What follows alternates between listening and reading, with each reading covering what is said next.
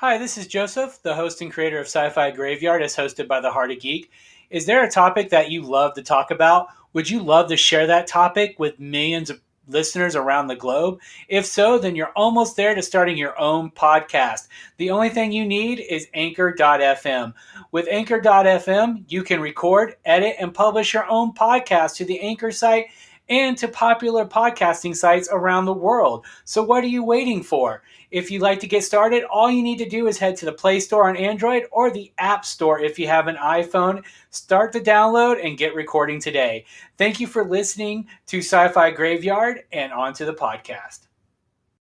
Hi, this is Joseph with Sci-Fi Graveyard, hosted by the Heart of Geek. Before we get started with tonight's episode, I know things are still crazy right now. I know a lot of people are still suffering with anxiety and depression. I am one of those people.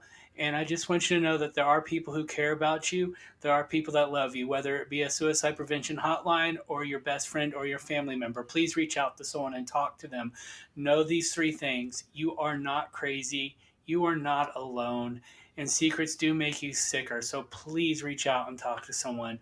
Again, please, we do care about you, and we want to make sure that everyone's safe and happy and healthy moving forward. Thank you. Happy Death Day to you.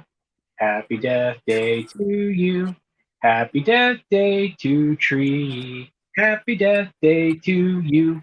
Hello, everybody, and welcome to Sci-Fi Graveyard. Today we're going to talk about the sequel to 2017's Happy Death Day, which is Happy Death Day to You. Happy Death Day to You was written and directed by Christopher Landon, based on the characters by Scott Lobdell.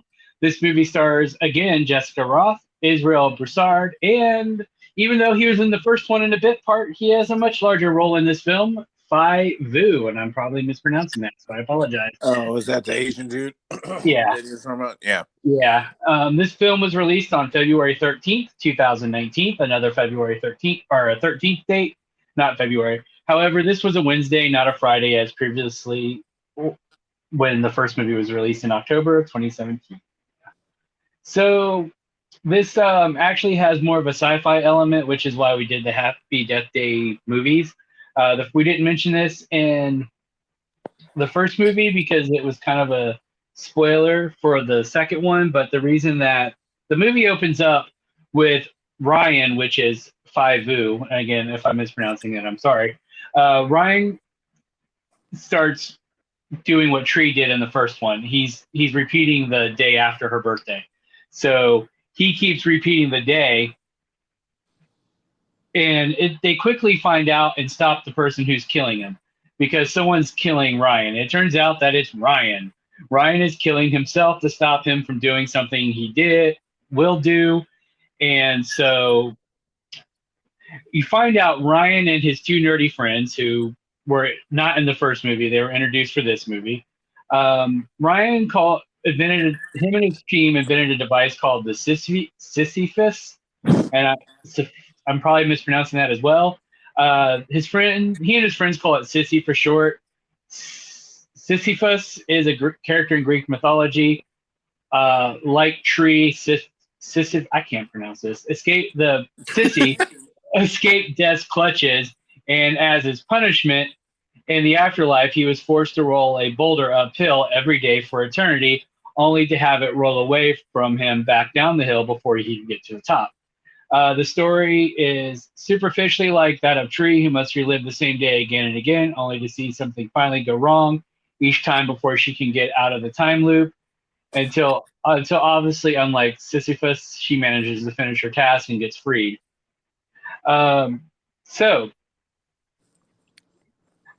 This movie takes place the following day. However, this movie does introduce another aspect of the film to the storyline.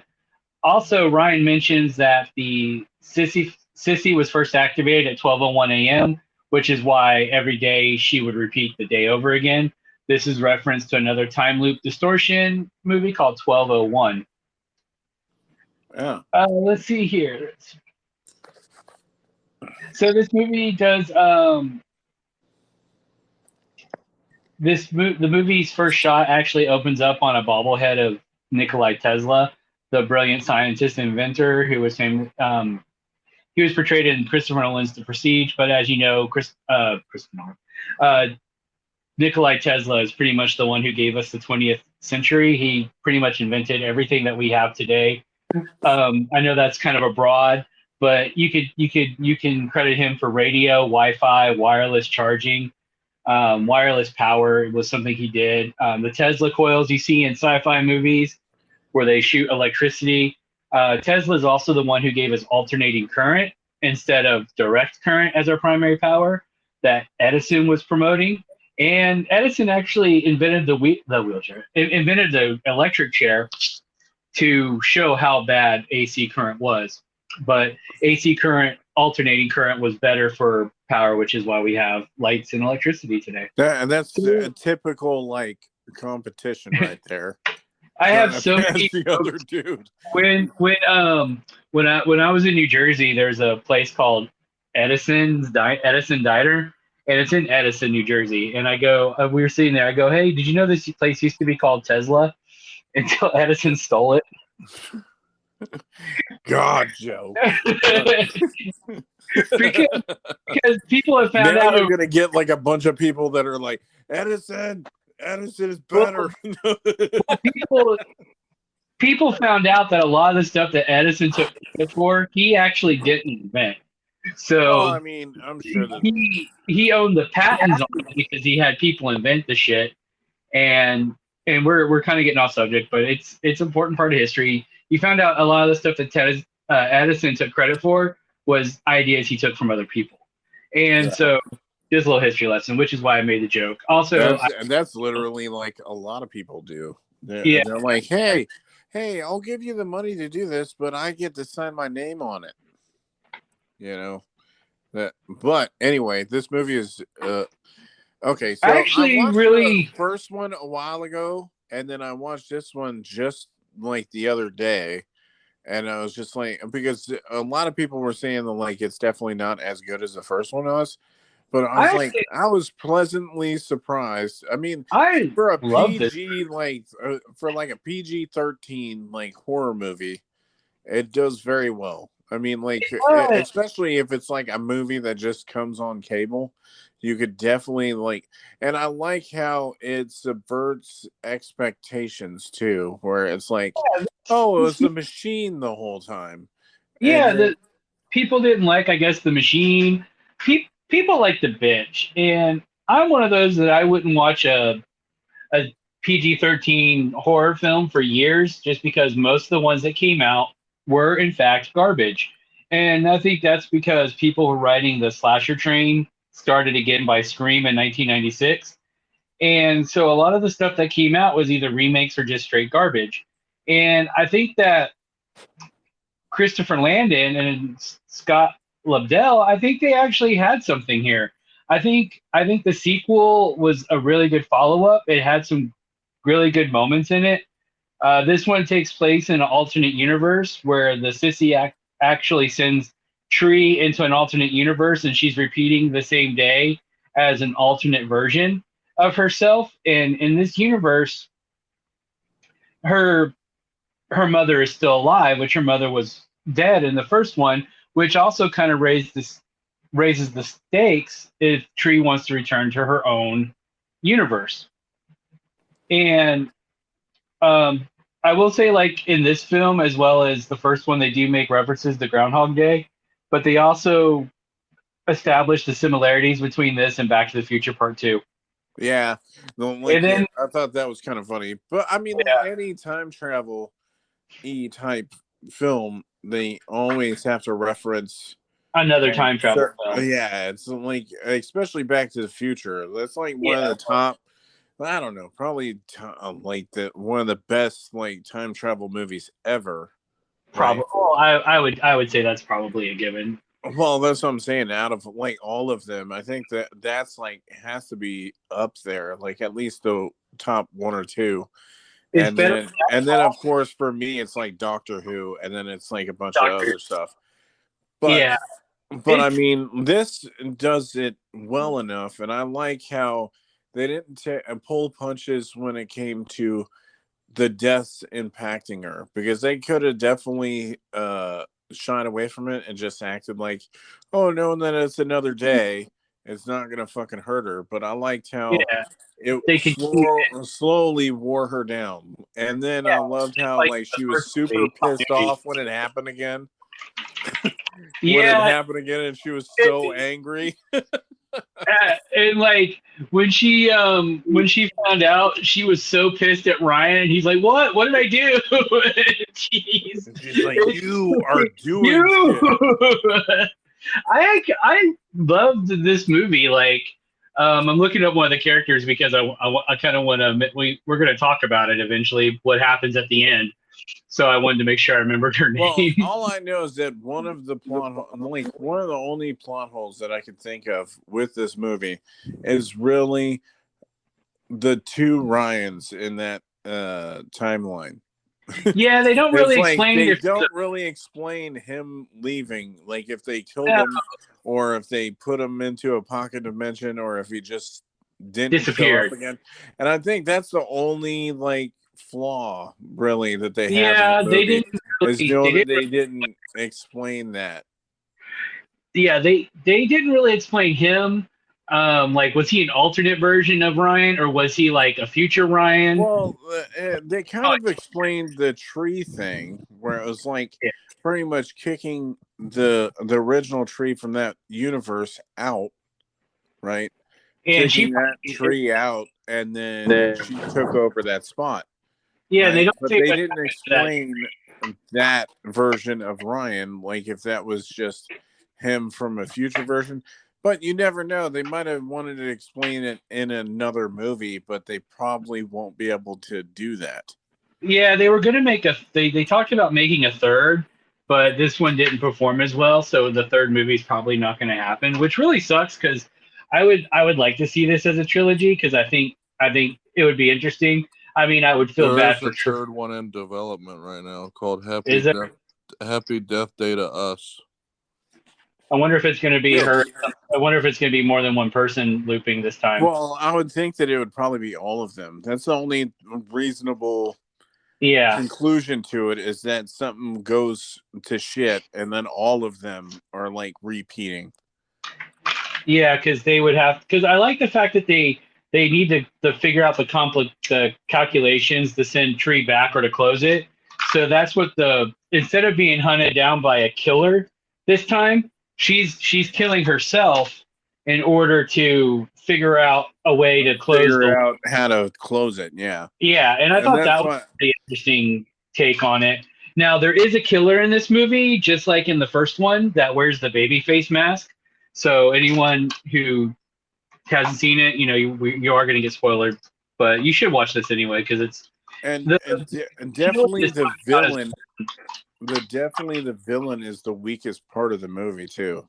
Yeah, because he's the killer in this movie. We'll go ahead and spoil it. It's actually Dr. Butler from the first movie. He's the killer this time around, and Lori is not the killer, which is her roommate.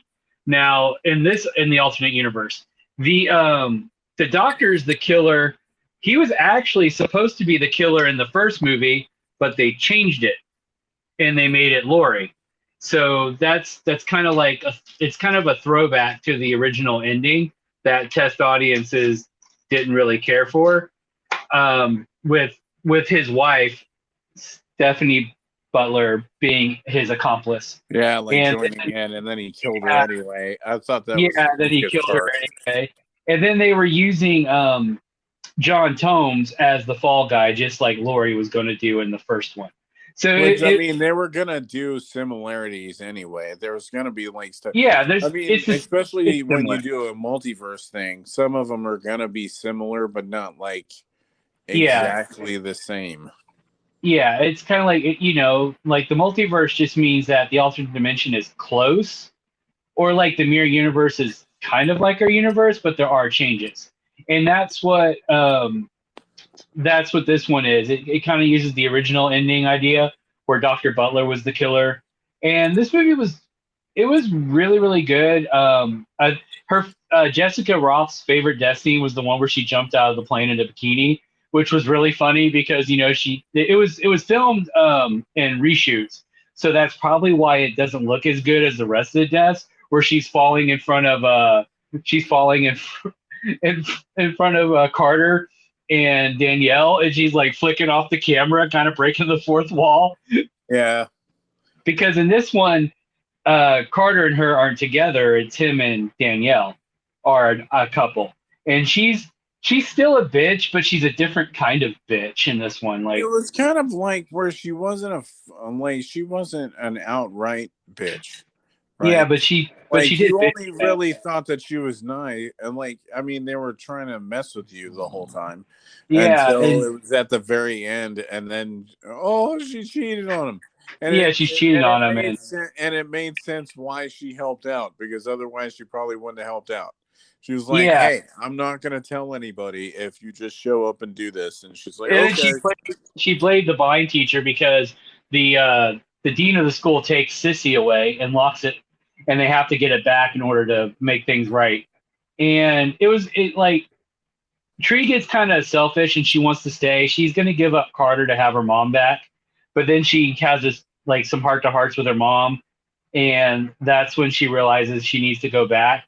So she has to hurry before they redo the Sissy after they get it. To fix it, she has to kill herself to restart the clock before they activate it to keep her there. And that's the final of them doing the resetting and sending her back is when they have to break in and steal the machine. This time Tree wants to go save Lori, because Lori in this universe is actually a good person and not like in the first timeline. And there's actually subtle differences of her being in an alternate reality when she first arrives. The big thing is her shirt. The shirt she's wearing that was Carter's in the first movie. It's the band name is the same, but where they are is different. Like where they're from is different. And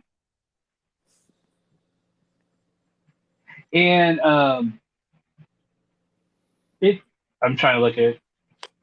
You're trying to look stuff up at the same time. Well, I had a bunch of stuff copied over, and I wanted to see if I copied that over about her shirt. But her shirt is a different. Oh, here it is. In the alternate universe, the band T-shirt borrowed from Carter says Dump Staff Funk concert was in New Orleans, but in the original universe, it took place in Austin, Texas. So that's like a key that things were different. If you didn't catch it right off the bat, but they don't waste really a lot of time explaining it. They kind of jump right into it because she knows something's up when she sees her mom at the birthday lunch, because she ends up repeating her birthday again in this alternate universe. And there's actually a subtle hint to Back to the Future in this movie, because when she jumps into the wood chipper, it actually, bless you, it actually says this tree removal service. That reminds me of like Tucker and Dale versus Evil. Like, that's the main scene that it reminded me of when she jumped into it. Because have you ever watched it? I watched the kill count on it, but I haven't seen the actual movie. The movie is just so good.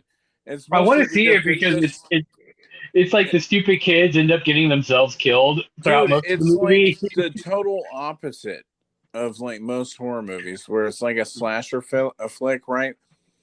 But the guys are thinking that they're like crazy when they're not. Yeah, it's just so good. And they have some really good moments in the movie. And one of the guys buys a cabin with all this weird shit in it, but it was there when they bought it, so they haven't cleaned it up yet. And they rescue the girl, but then they think she's kidnapped, and so her friends end up killing themselves off, trying to like kill. Was it to kill the main characters of the movie? That's mostly our mentality. Like, if we've seen some horror movies, some of these people would probably be like, they're trying to kill people. Especially it's not like they didn't look like they could be too. Like, but anyway, it's super crazy. Good. Yeah, so this movie has a body count of 19 because Tree dies 8 times, Lori dies 3 times by Dr. Butler. Toombs dies twice. Toombs guard dies twice, and it's actually all the same actors from the first movie. They're in this movie again. Carter, Gregory, and Stephanie each die one time each. Ryan is the only one who dies temporarily before the day resets itself. And in the original dimensions, Stephanie, the wife of Dr. Butler, is the only one who did not die in the first film, but everyone else died. But most of the other times, well, Tree died, Toombs died, the guard died in the first movie, Laurie dies in the first movie. Actually, Danielle dies in the first movie. They didn't, when they're talking about deaths from the previous film, they didn't mention that.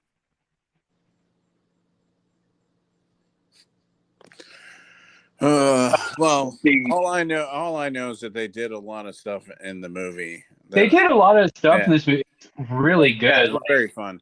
And Jeremy hasn't really been able to speak at all on the movie. No. So, Jeremy, what do you think of it? I liked it. I thought the story for this movie was really good. I thought the script was really good. All the actors in this movie were really good. The thing that inspired me to watch this movie was the kill count video on YouTube under Dead Meat. So I do recommend y'all watching that channel. There's actually several things on that channel that made me watch the movies. Aside from the Friday the 13th and Nightmare on Elm Street videos he did, because I saw those as a kid growing up.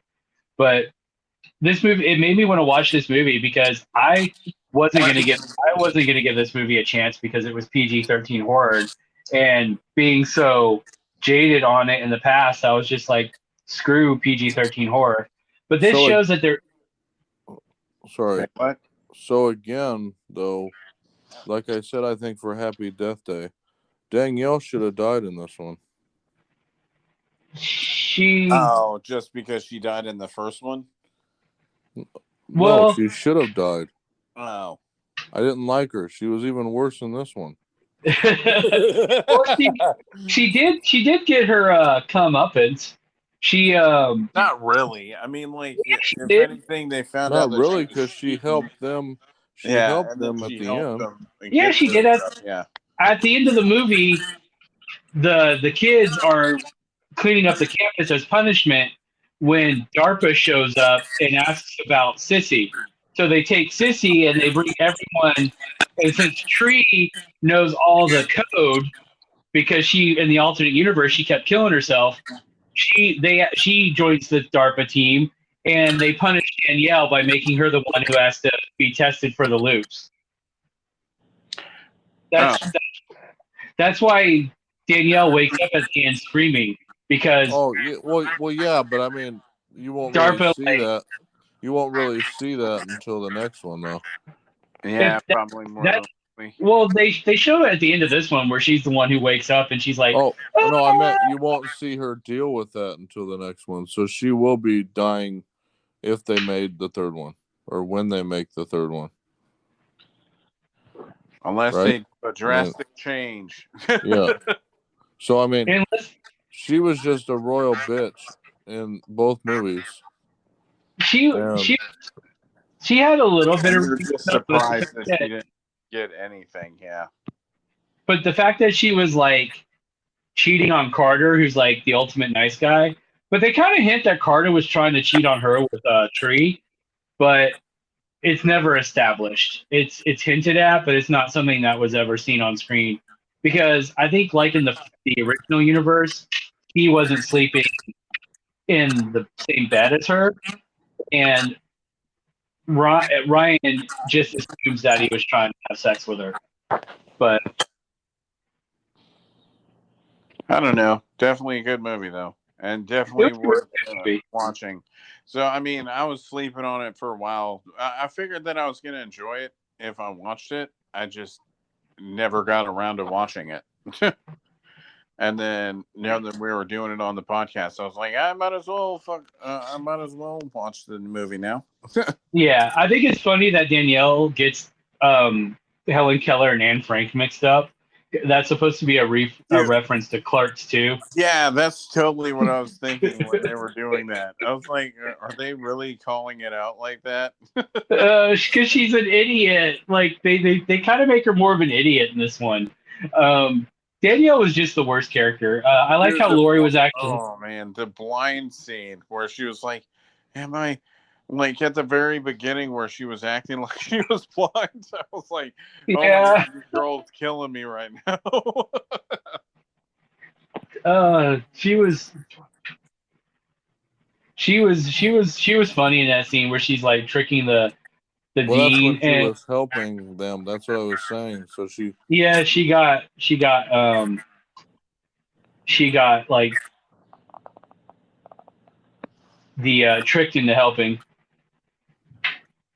I'm trying to, and I don't know if this is going to be a long podcast for this one, because I mean most of the trivia is just about the kill counts that I found, and I mean I will say this: Tree's free fall montage of various suicides, landing her back in Carter and Ryan's dorm room, is actually a visual reference to the music video of the song that plays over the montage, Paramore's "Hard Times," where the music video lead vocalist Hayley Williams, sporting similar attire to Tree, collapses slowly back into a bed from the roof. So, yeah, like I like that scene though. that Like, scene, that transition was really cool. Yeah. Again, they do the they literally do the where the killing, the suicides are starting to affect her, where she can't die many more times because her body's taking the damage. And again, this most of the trivia was just about the deaths, but I mean, if you want to watch the movie. The movie's really good, but I don't want to just keep talking about the same death stuff counts. And Well, yeah, they need to actually make the third one. So I hope it is in development, and they need to make it I was to round this definitely, out. for sure. That way, at least they could finish it off there if they wanted to.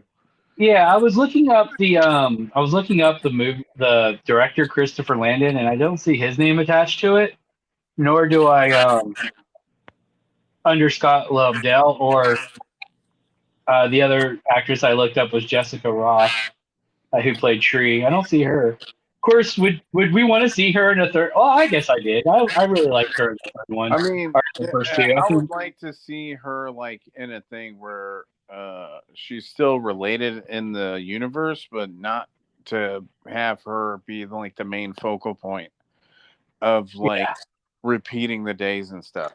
Because I think it would like the only way that you would end up being able to do that is if they paid it off by her dying or something.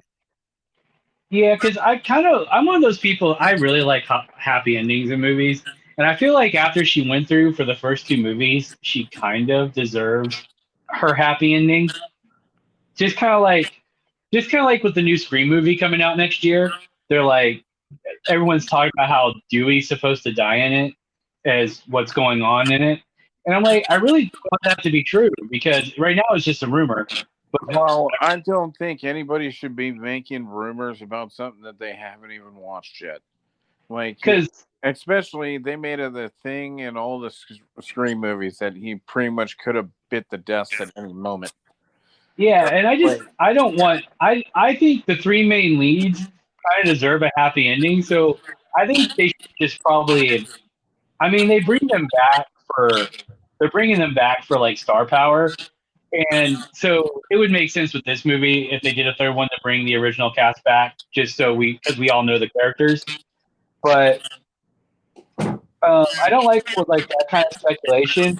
And I mentioned that to mention that I think the characters deserve a happy ending, just like the Scream characters. So I would like to see them not be the main focus of the movie. Well, that's what I'm saying. Like it supporting. would be funny as if in the third one, like that they do something where it's like a time loop, but she's not the one looping. So she's like, fucking thank Christ or something in the meantime. Yeah, she's like, yay, it's not me. Like that would be funny, like where she kind of said the whole spiel at the beginning of this movie, but like it would be funny if she's like, thank God I'm not reliving that again, you know. And then it That'll goes be trippy into, like, though. whoever It's else. everybody again, because Yeah. the title attributes it to being all of them. Yeah, I would think that it would probably be all of them, but or at least do some. I'm only saying that because I wouldn't want to, because eventually, especially what they were showing in this movie, was that it was really affecting her, like she was almost dead type of thing, like dealing with all this stuff. So, like, there's only like, how are you going to kill this person off another like 20 times or something, and then her not die fully? You know, Because I wouldn't want her to die, though. I would want her to make it through. And, well, that's what I'm saying. It's like, and how so much I would be punishment is she disappointed. going to do in all these movies? Yeah. But yeah, that's the only thing that I was thinking of the whole time, was like, if they did do another movie, like how would she be able to survive the whole movie, especially if they're like repeating deaths again? Yeah, But I because they mean, were supposed to. I think in the original ending for the first movie, she was going to be killed by the wife and repeat the. Even though she did all this character growth, she was going to be stuck in the time loop. And I kind of like that they didn't do that. I like how she is able to break the cycle. And then when she gets thrown in it again, she's like so pissed because she's like, I just did this. And now she has to do it again. yeah, I think that's mostly why both movies are good by themselves. Like, I definitely think that the first movie is better, but like also at the same time, I like where they went for the direction and everything for the second film. And Yeah, I I like definitely hope that they end up doing just as good on the third film. Well, at least there's a because continuity thing. Yeah. yeah, they did a really good job with the continuity between the first films because pretty much everyone that was in the first movie is in the second movie. It's everybody, all the people that you see, and then they've only added like one or two characters, and the wife had a bigger role a little bit and stuff like that. But that's about it because she was even in the first one too, same actress.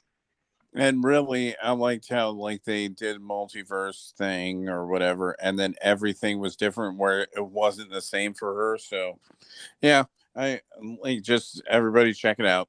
I Yeah, mean, everyone. probably a lot of people have already watched it already, but yeah.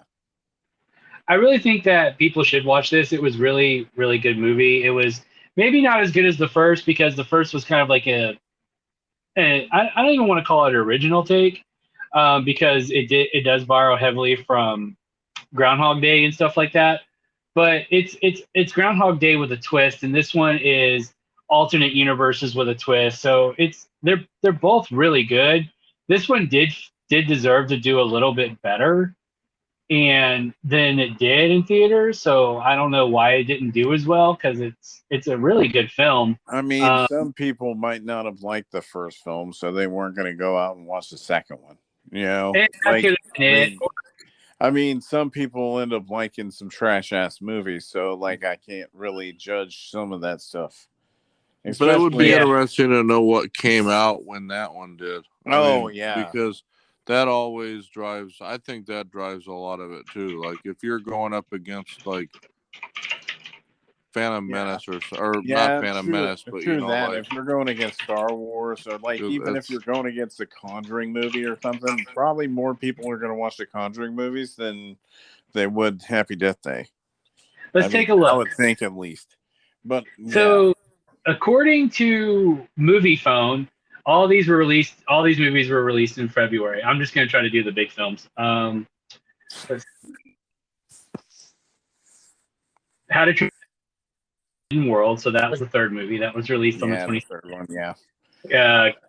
That wasn't released in theater. Some of these are like Alita Battle Angel was released on February 14th. And I think that lost money too, didn't it? Yeah, that didn't do very well either, which sucks because it was actually a really good film too. Actually, I would like to do that one. Let's do Alita Battle Angel next. Okay. I'm looking to see what else. Cold Pursuit, but I don't remember seeing that in theater. Seeing it. That's a Liam Neeson movie, right? Yeah. Yeah. Bohemian Rhapsody came out. That was probably what. Oh yeah, more than likely that's probably what it was. Yeah. The Lego Movie 2 came out. Oh, that too. Let's see. Both of those made a lot of money. Yeah, and then okay, that doesn't look like a movie that would have been in theaters. Why are they showing this kind of shit? Well, sometimes they just show like anything that released in February, probably. Well, yeah, Like even if I they're straight to video, probably. that's what they're showing, but this one looks like a porno. It's girl on girl scene the movie. I'm like, this is like the movie. So I'm like, why is this on here? Because they also show like Elimination Chamber from 2019. I'm like, this wasn't. Okay, so pretty much they're just showing everything. They're showing everything. Yeah. I would say those were probably the big ones because I'm looking through like the different. Yeah, Bohemian Rhapsody was the big one. Oh yeah, Bohemian Rhapsody came out at the same time. That's the reason why. Yeah, and I don't even know how that movie did. I didn't see it. I mean, it made a lot of money, but I mean, it was also a good movie though. I love the band Queen though, so they're like one of my all-time favorite bands. It made $950 million, Joe. Oh, wow! Just shy of $1 billion. They probably only had like $100 million budget or some shit. 50. Oh yeah, I would say they probably made that movie cheap because you don't need big names. No, if anything, they probably had to pay most of the damn shit for the licenses for the songs. Probably, yeah. Yeah, I mean, they were tied with the band though. That's why the movie didn't do good. Yeah, everybody was everyone was like, "Let's go watch Queen." Like, the movie was good. It deserved to do better than it did, and I don't see anything else that would have. That's always the problem. It seems like maybe The Howling, but that looks like it's a direct-to-DVD movie, and I heard something about The Howling too. I heard that it was good. But I mean, yeah, that's beside the point. Anyway, point is sometimes you don't release films where you know that they're going to make money.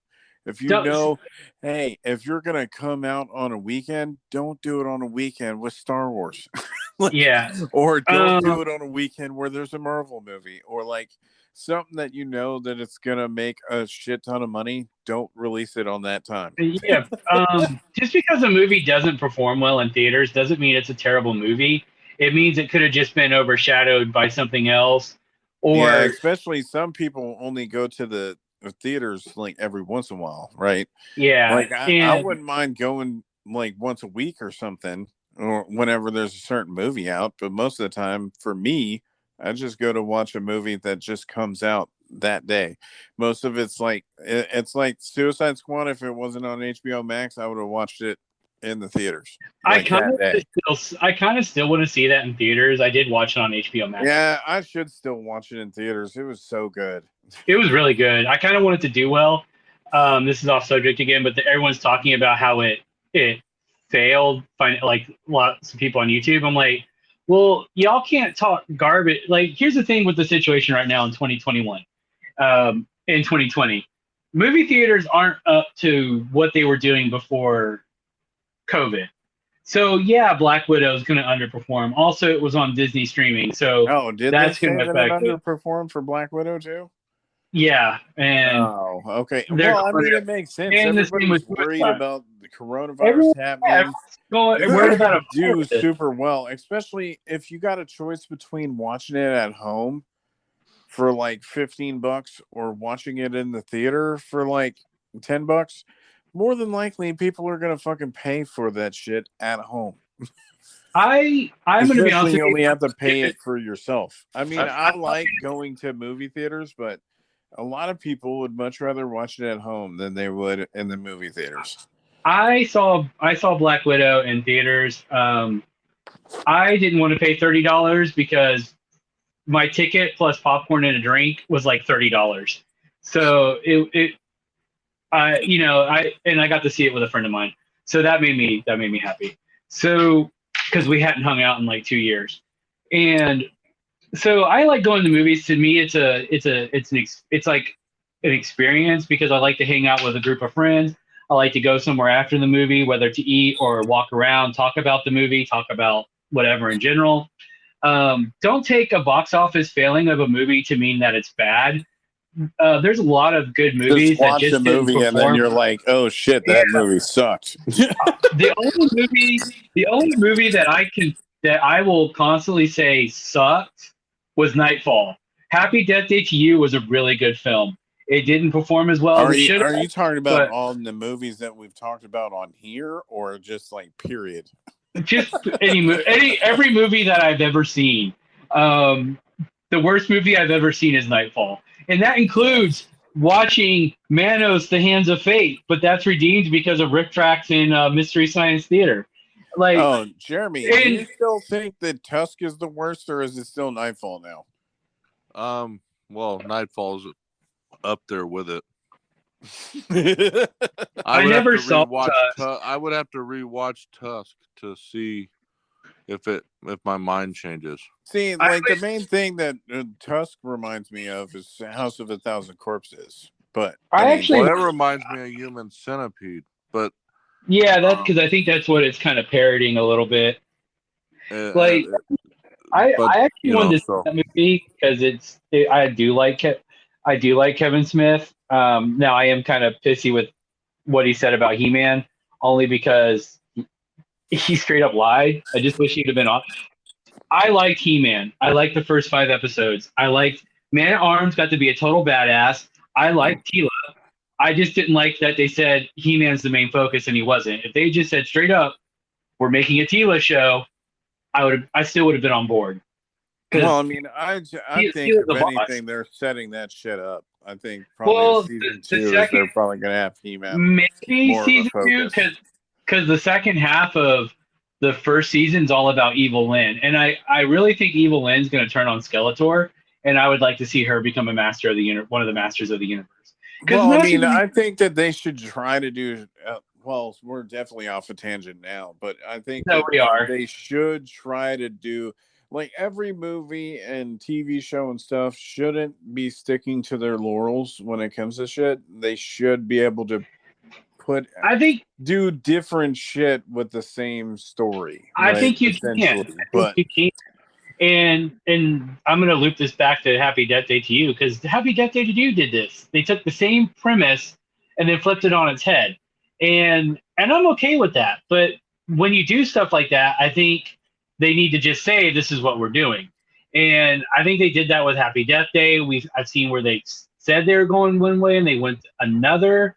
There's other moves, like, it's kind of like, I'm okay with them changing the game, the rules of the game. I'm okay with that. I just say you should be honest about it and let people know if beforehand that that's what you're going to do. Happy Death Day did it really well. They changed the concept. Not only is she repeating the same day, but now she's in an alternate universe where she can have everything she wants. And now she has to make the moral dilemma as if she's going to go home. Especially the struggle between her and her mom. And her mom. And her boyfriend. It's of course you're probably going to stick with your mom. What the fuck? That seems like a fucking no-brainer. You would, of course, go with your mom. And I feel like she changed her mind because she did tell Carter in the second movie she fell in love with him in the other universe. She's like, I saw you every day, every time I died and woke up looking at you, that I fell in love with you. And I thought that was really cool because, yeah, it's only overnight for Carter. But it's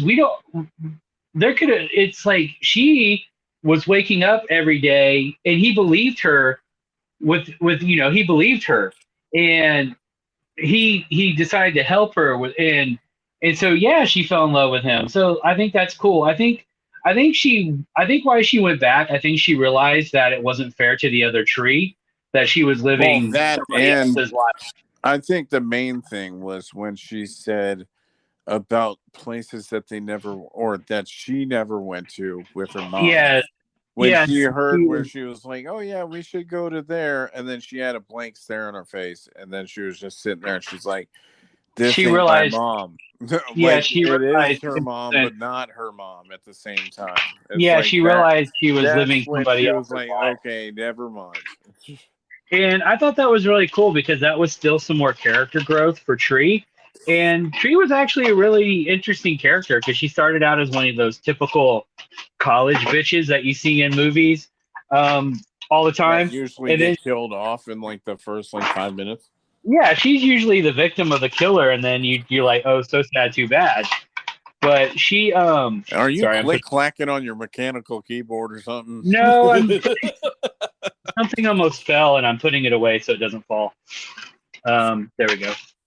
And a box of fan screws almost fell over. So Alita Battle Angel is the next movie that we're. I think it's going to be the next movie. Because I really liked Alita Battle Angel. I thought it was. I thought it was really good. I think that came out. What movie do they keep comparing that to? Like the Phantom Menace people. Shell, because it was in like. No, I think Alita Battle Angel came out like a year or two after Ghost in the Shell came out. I think. I'm assuming that that's what it was, because I know that a lot of people got pissed because they did the eyes wider and bigger than they did. I think the eyes looked about the same in the comics or in the manga for it. So, like, some people got irritated or didn't like how her eyes looked in the movie. Okay, they compared it to Captain Marvel. People who didn't like Captain Marvel, they were saying Alita Battle Angel was a better movie. I actually really enjoyed it. Like the only thing I'm going to say about Captain Marvel in comparison to Alita Battle Angel is I thought I really enjoyed Christoph Waltz in Alita Battle Angel. I thought he was really the best part of that movie, even though I did like the actress who played Alita. Alita was the actress who played Alita was she was in a Star Trek short trek where she played. You probably want to keep this all for the next podcast, don't you? Yeah, I know. Yeah. Tease it, Joe. Tease it. She was in a Star Trek short trek. We'll talk about the short trek actually when we talk about the movie. But she was in it, and I actually enjoyed it. Like the thing I'll say about Captain Marvel is I thought Captain Marvel was okay as a movie. It's basically a Marvel origin story, which they're all kind of like cookie cutter.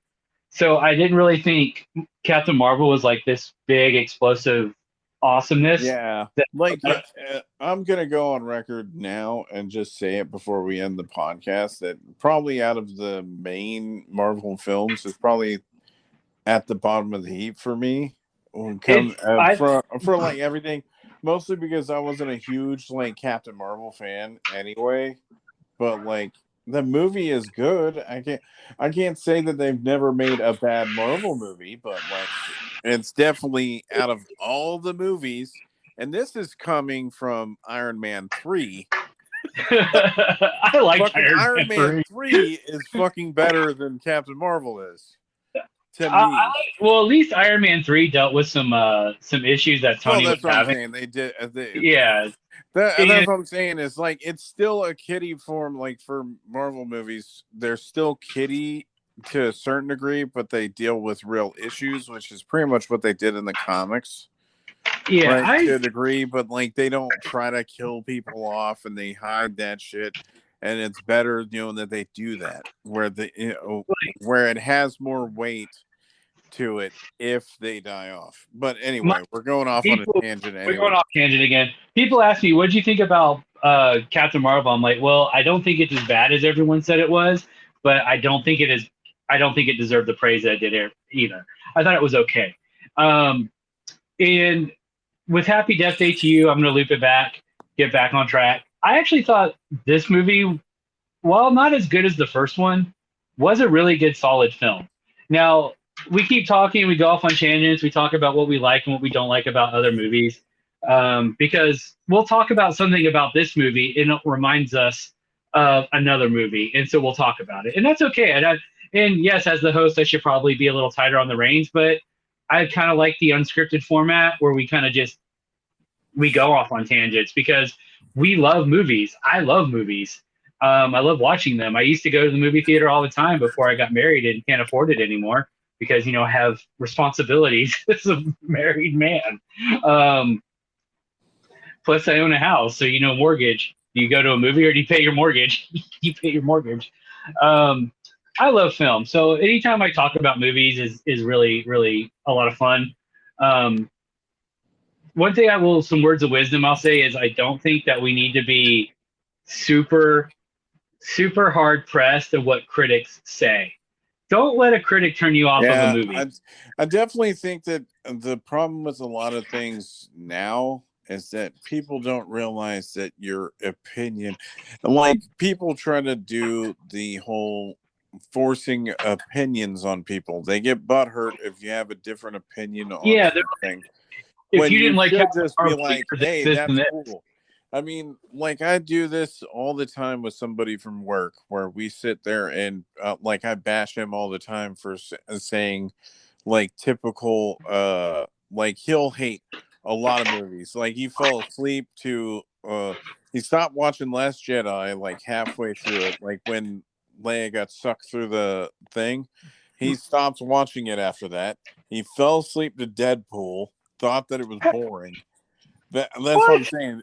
That's what I'm saying. This is the type of stuff that like I talk. But I mean, I know he's his own person. Like most of the time, whenever I take him, because we watch movies every once in a while, like we watched Black Widow, and it's like I liked it, but like I feel like I'm out of place on here. I'm like, well, you just have to watch these two movies, and then you're good. Yeah, if you watch for Black Widow, the only thing you really need to watch is like Civil War because it takes place after. I'm like Civil War is the only one that you really have to watch, and that's what I told him. Like it was like if you're really wanting to be in the loop, it's just at the end of that one. But people are like, anyway, that's what I'm saying. You gotta be more relaxed. Your standards are so damn high, and you want everybody to love your show or love your movie. And I get it myself. I sit there, I'm like, what? You've never watched Game of Thrones before? Or like most of mine is like it's either a Game of Thrones, and then it's like B, it was Dexter at one point, even though that it was a shit ending. But it was like certain TV shows, like The Walking Dead at one point too, even though I stopped watching it after I think season 8. But like I stopped watching that for the governor. Well, that's what I'm saying. It's like certain shows I've always been like, what? You never watched that? Like I've heard it from people where they said never to Wizard of Oz, like they've never seen that movie. It's like, what? It just seems weird to me. But like people will get so butthurt about not having, I don't know, like a black chick play a white part or whatever the fuck it is. It's like you get so butthurt. It's okay. It's okay. Like at the end of the day, as long as the movie's good or whatever, even if it sucks, just don't watch the movie. If you have the opinion where you don't like it, just don't watch it. My whole thing is like with movies, and we bring up the critics and stuff because use it as a guideline, but don't use it as a gospel. A lot of people use it, well, all these critics, so I'm not going to give it a chance. Well, for one, I feel like a lot of the people who watch some of these movies as their job, they may not like that type of movie, so they're going to be overly critical of it. Yeah, because I know that if I was watching a Justin Bieber movie, I would be like, "Fuck this shit." If I was like, "Oh, the Justin Bieber movie," I would probably shit all over it. But I like certain things, so I'm gonna watch Star Trek. I'm probably gonna like it because I like Star Trek. It's Star Wars. I like Star Wars. I like Doctor Who, so I'm gonna be a little more open to being positive towards it and less critical. Now, if you want to get a review on the movie, maybe watch a horror person talk about it because they're gonna, if they love it, they're gonna point out most of the. I will say this: the kill count guy, James Janice, he's actually pretty fair. He'll talk about the good and the bad. And you want someone who talks about the good and the bad. A lot of times, some critics will just shit all over a movie, and never praise its like and never praise the good parts. Yeah. And so that turns a lot of people off movies. And I think what you should do is you find a horror. If you're going to look at a horror movie, find a horror reviewer, someone who's fair. Like the thing that pissed me off about the Nostalgia Critic when I was watching him before the whole change the channel thing happened a few years ago, he would just shit on. Yeah, he was shitting on movies as his character, but he would just shit and shit and shit and shit and shit to be funny, and that's going to turn people off movies. And that's pretty much Jim Cornette. Oh, I mean. Thank you. Fuck you. Bye. Jim Cornette. And they're gonna turn people off on movies. So yeah, we're done talking about Happy Death Day. I say give it a shot. I will always tell you to give a movie a shot. except Nightfall. Don't give that movie a shot. Read the book. Read the novella and I would say even read the full novel that I never read. I did read the novella. Troll 2. Well, Troll 2 could be so bad it's good. But no, I know a lot of people end up watching that just off of how bad it is. But I'm just messing around. Oh no! Don't take what a critic says as the gospel. Like, do some research. Just like if you read an article in the paper, do some research and find some other perspectives. Because it's also another thing: have low standards. If you have low standards, you're going to be it's going to exceed your expectations. And what's it called? While we're on the subject of before we end the podcast, I got to mention Suicide Squad. Right? I loved it. I thought it was hilarious, even though that Starro. Spoilers, everybody. I haven't seen it. Oh. Okay. Yeah, anyway, Jeremy hasn't watched it yet. But anyway, Mom and Dad hated the movie. They just thought it was bad. They just thought it was bad, and then they were like talking about how awful it is and how the new filmmakers are not trying hard to make movies. And I was like, you do realize the same person that did this movie did Guardians of the Galaxy, one of the ones that you loved. And they're like, I don't care, it sucks. I actually really loved the new Suicide Squad. There was two things that happened, which I will not mention because Jeremy has not seen it. But there's two things that happened I did not like, but the rest of it I did like. And I will always tell you to give a movie a shot, except Nightfall. And I will beat that dead horse. Give this movie a shot. Give Captain Marvel a shot if you've never watched it, because you're like, oh, I don't like Brie Larson. Well, indeed, watch the first one before you watch the second one. Yeah, you got to watch Happy Death Day before Happy Death Day to you. Definitely watch it. It's good. It's a solid film. If you're on the fence about it, if you one of the few people that listen to this podcast, watch some horror reviewers talk about it. Yeah, and you know what? I'm thinking about what we can try, at least through the Facebook account or something. Knowing that we're doing these movies, we should do something, especially if it's an awful movie, we should do something where it's a recommendation of movies that are similar to it that you should watch instead of that movie. Right. That's what I was just thinking that the other day. I was like, yeah, that would probably be a nice idea. I mean, we don't have to do it to everyone, but if we're watching some trash, if we would do Nightfall, we would end up being like, oh, these are 10 movies that would just be way better than that one. Why is Debbie Does Dallas on the list? Because it's probably better, Josh. It's probably better. That's where your mind goes, Joe. Just all righty. But at that point, we're going to end it here. So thank you for listening to our tangent. Thank you. Go watch Happy Death Day to you. Watch the first one. Watch them both. I think Christopher Landon is a part of Blumhouse, so definitely some of their stuff is really good. And for Sci-Fi Graveyard, I want to thank you all. Next time, we're going to do Alita Battle Angel. And that one, we are going to do the Rise from the Grave aspect of it. Let it die, rest in peace, or Rise from the Grave. Because since that's based on an anime, we'll discuss that as well. So for Jeremy and Josh, I'm Joseph. Good night. Night. We'd like to thank you for listening to this week's episode of Sci-Fi Graveyard. If you like what you hear, please check out some of our other podcasts as hosted by the Heart of Geek. That is Morbid Instinct, Wrestling with the Willies, and Screen Creeps. You can follow us on social media. We are at the Heart of Geek on Twitter, the Heart of Geek on Facebook, YouTube, and Instagram. And when we do stream, it's not very often. We are just Heart of Geek. Again, thank you for listening, and we hope to catch you next time.